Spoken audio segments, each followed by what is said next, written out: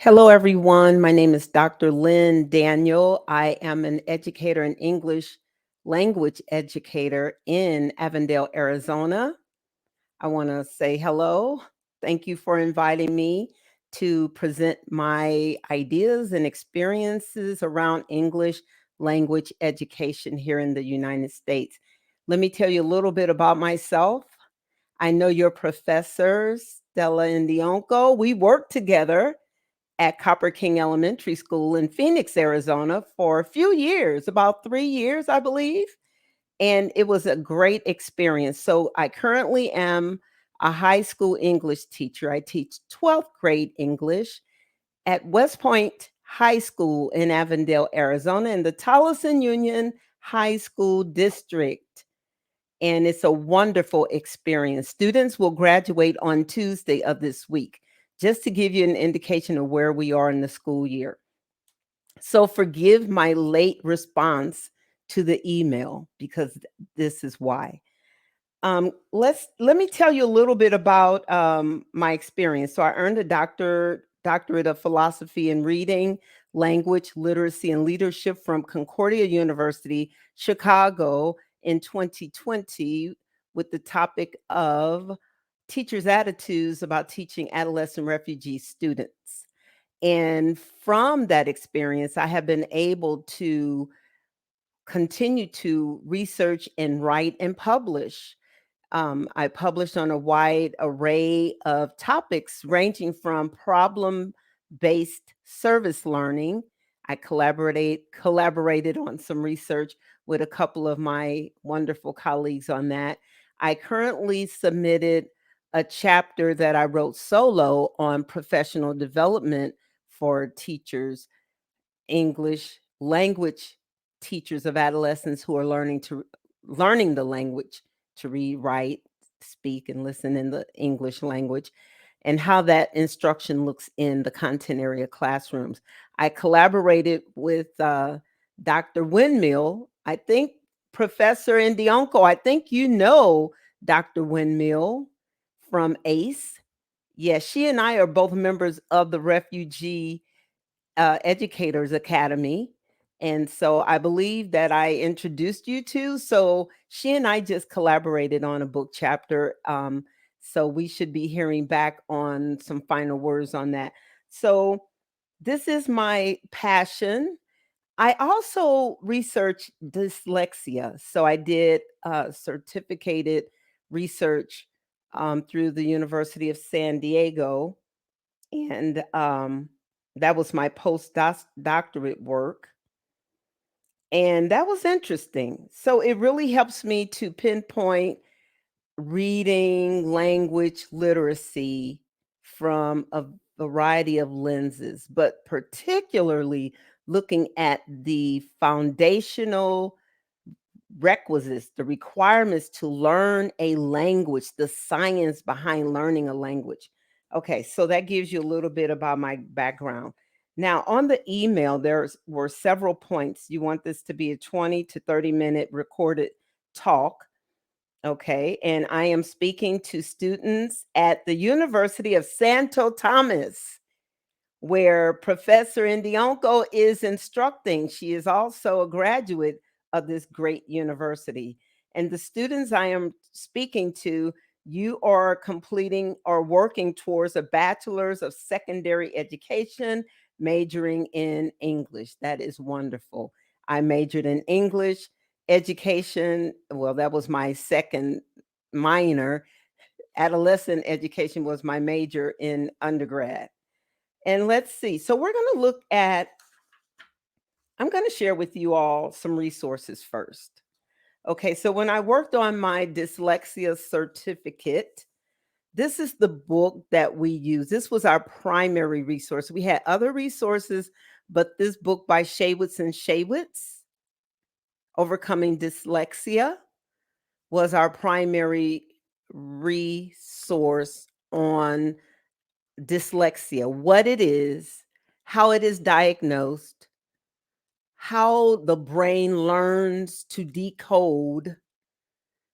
You know that reading is not a natural inclination for the brain. It is a taught skill.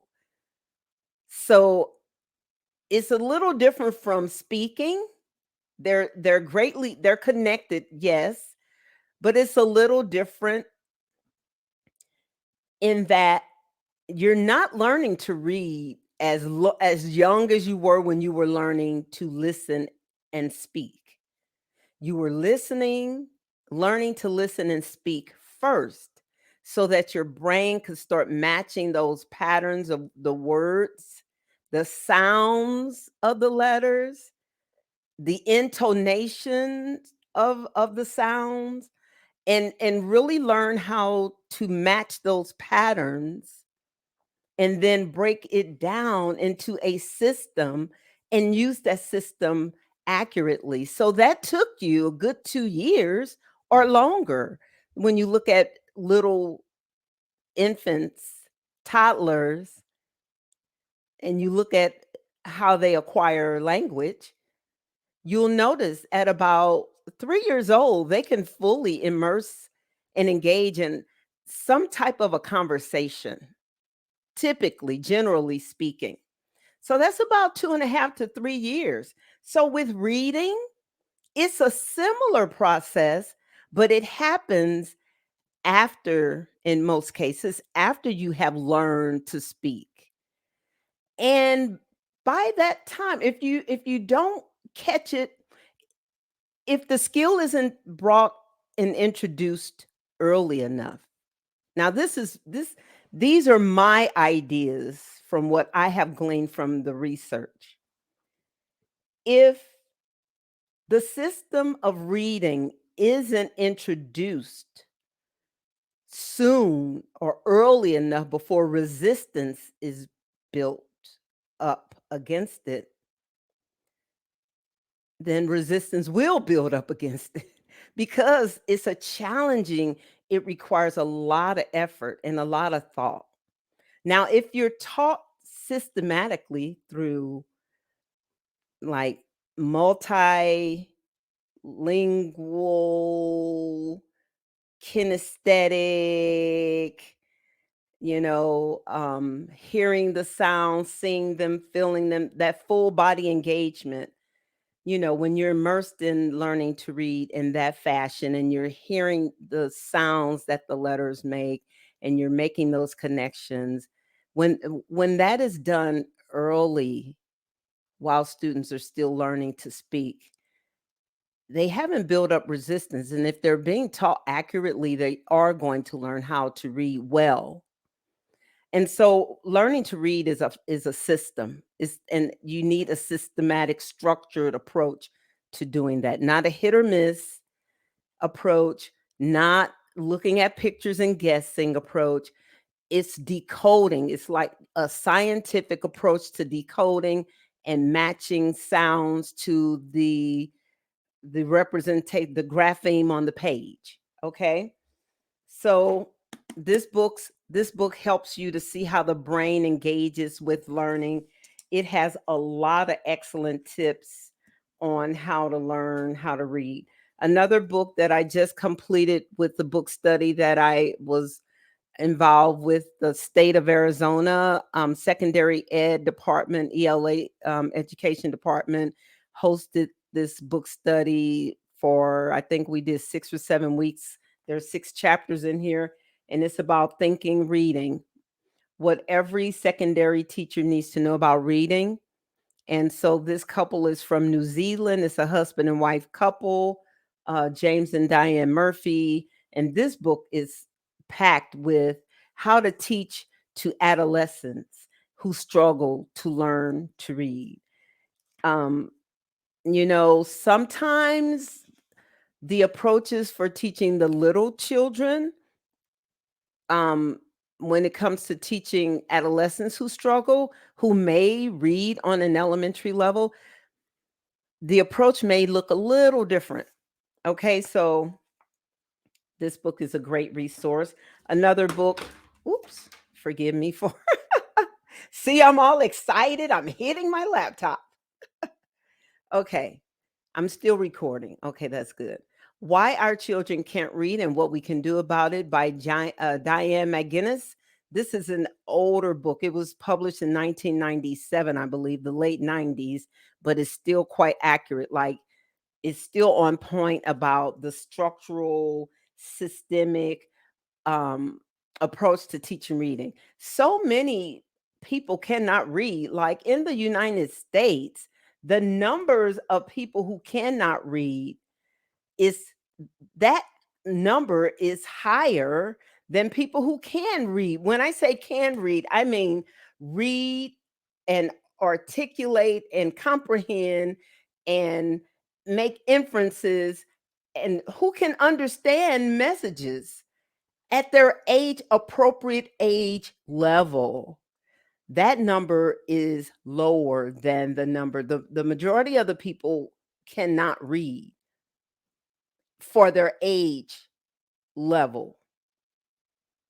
Okay, and you can look at the NAEP reports, NAEP reports, and it will tell you. I have it around here somewhere, but I have stacks of research. So it's a little sloppy around here, but um, I recommend that you look at NAEP, National Association. No, blah blah. I'm not gonna try to tell you what it stands for, but it's NAEP. It's the nation's report card. And so check that out if you're looking at reading scores in the United States. Now, I belong to the Refugee Educators Academy, and that is a community of practice with teachers all over the globe. And we look at improving pedagogy for ourselves, learning and improving our understanding of how to teach students from traumatic experiences, the refugee experience, the migrant or immigration experience, the asylum seeker experience, and so forth. And so it's very important for us to address the entire child. You address the whole child, just like you do when you're teaching in gifted education, just like you do when you're teaching in a culturally responsive setting. You are addressing the whole child. And so, what I think what I would say is the policies that drive effective instruction will look like policies that support the science of reading, culturally responsive pedagogy, that trauma responsive, or at least being educated about how to address students of trauma in a systemized way, not just an individual teacher.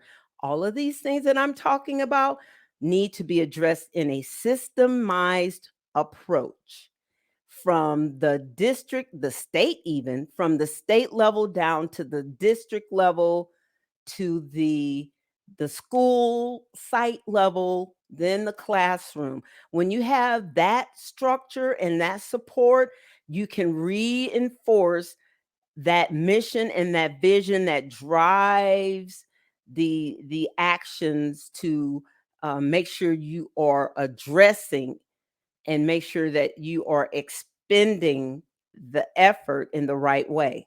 And so, inclusive, this is looking at DEI. This is inclusive when you are addressing the whole child, when you are culturally responsive, when you are teaching science, evidence based pedagogy, evidence based pedagogy, where the research backs up this approach has been tested, replicated, and it it has always it comes out effective, highly effective. So, evidence-based approaches, evidence-based culturally responsive approaches, inclusive approaches, trauma-informed approaches, science of reading approaches, all of these are inclusive policies, if you will. Okay.